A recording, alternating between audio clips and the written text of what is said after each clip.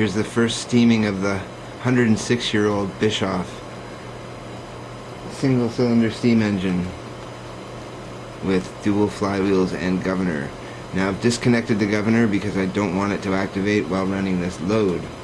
And this load is a 3-volt Cree LED right there, and the Marklin dynamo running off of the smaller of the two flywheels with a rubber O-ring.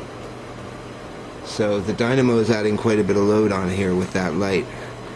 And anybody want to guess what kind of voltage we're going to get? Quickly, we're up at 35 psi.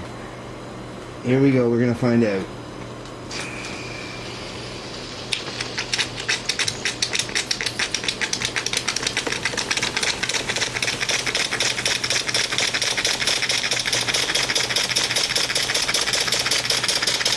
Got quite a few leaks happening we're going to have to address. Especially on the main piston rod gland. And we're producing 13.84 volts right now, which is enough to charge a car battery. And I have a regulator I can put this through. I've mounted it to a board and I've added a cup underneath for the water to come out from the exhaust. But most of the exhaust water splashes both ways out and misses the hole. So Mr. Bischoff didn't have the greatest design there. Got quite the squeal happening right now, coming out of the piping system. But that's the leaks that I haven't addressed yet. But it is producing, well, 10, 11 volts right now. Definitely lighting up the room with that LED. I'll just kill the main light here to show you that brightness.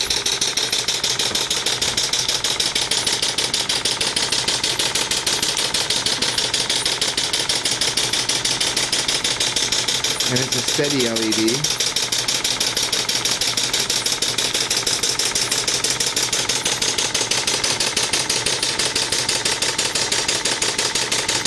.7 volts. At 25 psi.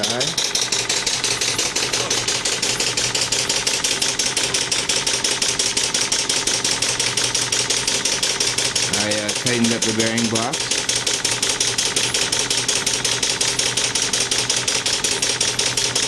Now I'll stop it and we'll hook up the governor and you'll see the difference in the governor and how it takes effect. Let me turn on the light here again. So this is the 1910 Bischoff engine, German made, Dresden I think.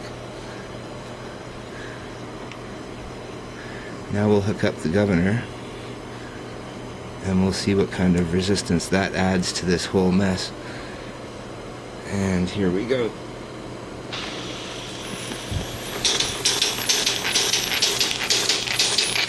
Let's watch it very closely and see if it actually activates.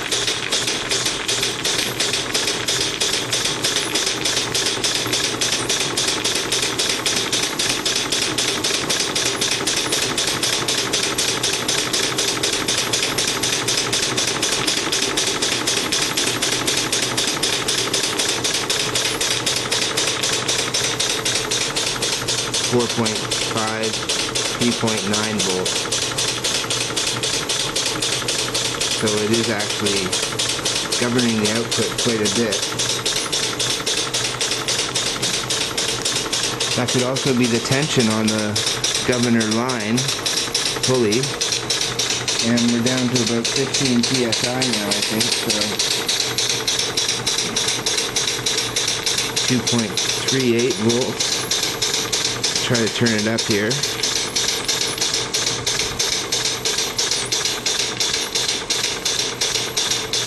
No, it's definitely requiring 20 to 35 psi.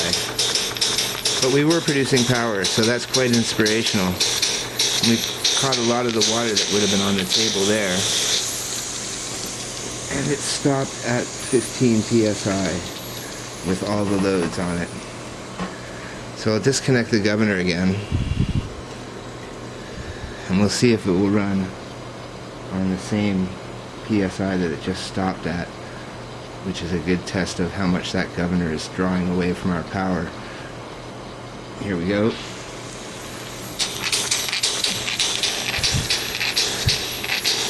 No, it definitely requires sealing.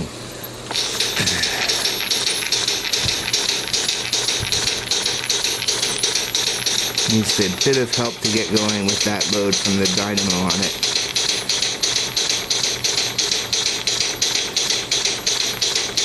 Well, we have something to do after we finish the large Falk engines that we're working on. We'll get this producing enough power to charge a battery at 30 psi and see if it gives the Cirrus engine any competition. Have a good night, guys.